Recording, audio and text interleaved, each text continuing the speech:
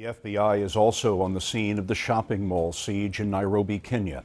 At least 72 people were killed when gunmen from a Somali terrorist group called Al-Shabaab swarmed the mall in Kenya on Saturday. Charlie D'Agata is at the mall with the latest.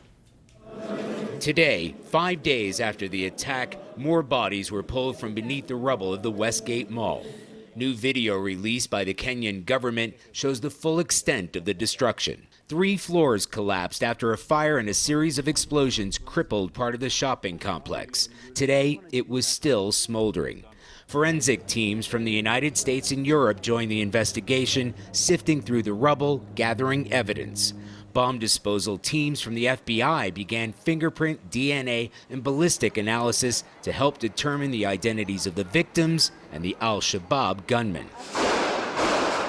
Government officials would say little about the attack today other than it appeared to be well planned. The massive amount of firepower suggests the militants may have rented a store to stash their weapons inside the mall ahead of the attack. There are indications that these militants may have hired a shop inside the mall. They've been planning this for several months. Is there anything you can tell us about that?